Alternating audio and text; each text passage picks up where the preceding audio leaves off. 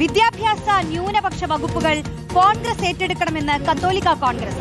തെരഞ്ഞെടുപ്പ് കാലത്ത് നൽകിയ വാക്ക് പാലിക്കണം. സമ്മർദ്ദത്തിന് മുൻപിൽ അടിയറവ് പറയാതെ എല്ലാ വിഭാഗം ജനങ്ങൾക്കും തുല്യ നീതി ലഭ്യമാക്കണം. വിദ്യാഭ്യാസം 2 വകുപ്പാക്കി മാറ്റിയിട്ടും അതിനെ കുത്തകവൽക്കരിക്കാൻ ചിലർ നടത്തുന്ന ശ്രമങ്ങൾ അപലപനീയമാണെന്നും കത്തോലിക്ക കോൺഗ്രസ് പറഞ്ഞു. വിദ്യാഭ്യാസ ന്യൂനപക്ഷ വകുപ്പുകളിൽ പൊതു സ്വീകാര്യമായ ക്രമീകരണങ്ങൾ ഉണ്ടായിട്ടില്ലെങ്കിൽ ശക്തമായ പ്രതികരണങ്ങളിലേക്ക് കടക്കുമെന്നും കത്തോലിക്ക കോൺഗ്രസ് മുന്നറിയിപ്പ് നൽകി. സജോ ദേവസി ചേരുന്നു. സജോ, വാക്ക് പാലിക്കണമെന്ന് പറഞ്ഞുകൊണ്ടാണ് കത്തോലിക്ക കോൺഗ്രസിന്റെ ഈ ഒരു മുന്നറിയിപ്പ്. അതിപ്പോൾ വകുപ്പുകളുമായി ബന്ധപ്പെട്ട് കത്തോലിക്ക കോൺഗ്രസ് ഉന്നയിച്ചിട്ടുള്ള കാര്യം അവർ വീണ്ടും ആവർത്തിക്കുകയാണ്.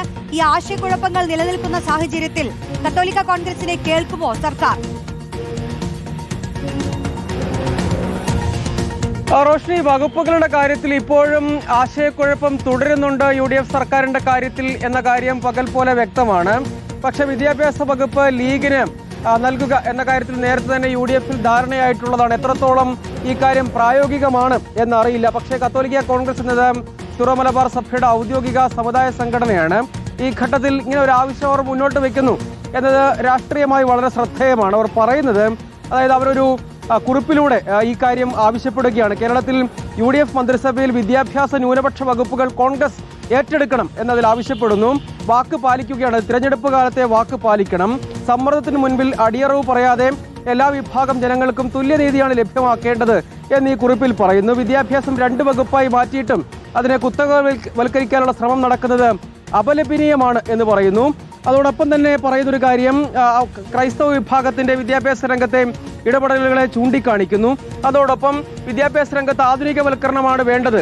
അത് ഏതെങ്കിലും പാർട്ടികളുടെ ഒരു സ്വകാര്യ അവകാശമായി കൊടുക്കുകയല്ല. ഈ കാര്യത്തിലെ ന്യൂനപക്ഷ വകുപ്പ്, ഇത് രണ്ടും, അതായത് വിദ്യാഭ്യാസ വകുപ്പും ന്യൂനപക്ഷ വകുപ്പും ലീഗിന് എന്ന നിലയ്ക്കാണ് UDF-ലെ ഒരു ധാരണയുള്ളത്. അതിനെ തിരുത്തണം എന്ന ആവശ്യം അത് എത്രത്തോളം പ്രായോഗികമാകും എന്നറിയില്ല. പക്ഷേ കത്തോലിക്ക കോൺഗ്രസ് ഒരു ശക്തമായ ആവശ്യം മുന്നോട്ട് വയ്ക്കുന്നു. സ്വാഭാവികമായും ഇത്തരം സാമൂഹിക സമ്മർദ്ദങ്ങളെ UDF എങ്ങനെ നേരിടും എന്നത് കാത്തിരുന്ന് കാണേണ്ടതാണ്. വിദ്യാഭ്യാസ ന്യൂനപക്ഷ വകുപ്പുകളിൽ പൊതുസ്വീകാര്യമായ ക്രമീകരണങ്ങൾ ഉണ്ടായില്ലെങ്കിൽ ശക്തമായ പ്രതികരണത്തിലേക്ക് കടക്കും എന്നാണ് അവർ പറയുന്ന ഒരു പ്രധാനപ്പെട്ട കാര്യം. അതായത് വിദ്യാഭ്യാസ വകുപ്പിന്റെയും അത് തന്നെ 2 ആക്കി ഉന്നത വിദ്യാഭ്യാസ വകുപ്പ് കൂടിയുണ്ട്. 2 മന്ത്രിമാർ കൈകാര്യം ചെയ്യും വിധമാണ്.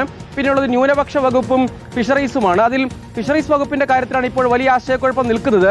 വിദ്യാഭ്യാസ വകുപ്പിന്റെ കാര്യത്തിൽ അത് ലീഗിന് നൽകുക എന്നത് UDF-ൽ ഒരു ധാരണ ഉണ്ടായിട്ടുണ്ട്. പക്ഷേ ഇതിനു മുൻപ്, അതായത് തിരഞ്ഞെടുപ്പ് കാലത്ത് തന്നെ കത്തോലിക്ക സഭ വിദ്യാഭ്യാസ വകുപ്പ് കോൺഗ്രസ് ഏറ്റെടുത്ത് കോൺഗ്രസുകാരായ ആരെങ്കിലും ആ വകുപ്പ് കൈകാര്യം ചെയ്യുന്നതാകും ഉചിതം എന്ന് പറഞ്ഞിരുന്നു.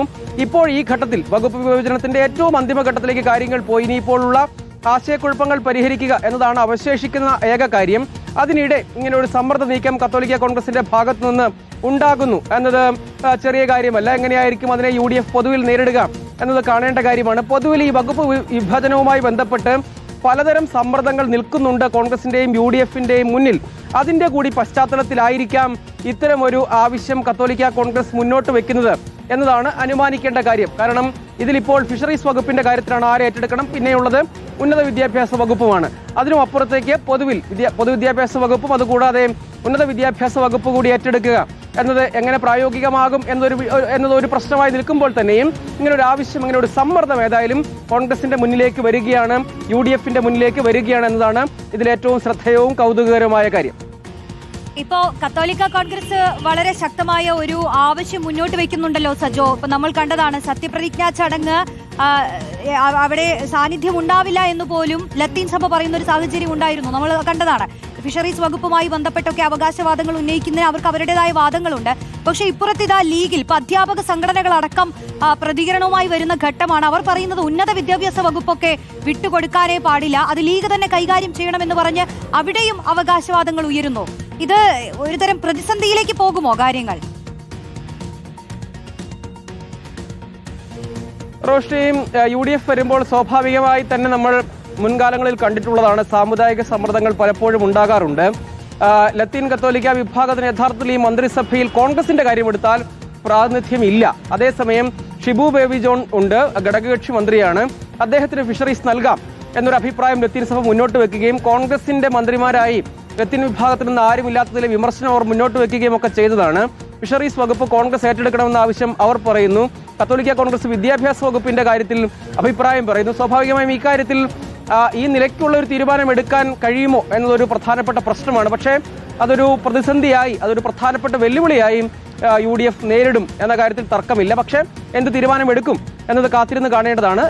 ഇത്തരം വകുപ്പുകളുടെ കാര്യത്തിൽ, അതായത് പൊതുവിദ്യാഭ്യാസ വകുപ്പ്, ഉന്നത വിദ്യാഭ്യാസ വകുപ്പ്, ഫിഷറീസ് എന്നീ വകുപ്പുകളുടെ കാര്യത്തിൽ ക്രൈസ്തവ സഭകൾ, പ്രത്യേകിച്ച് കത്തോലിക്ക സഭ ഒരു സമ്മർദ്ദം ശക്തമാക്കുന്നു.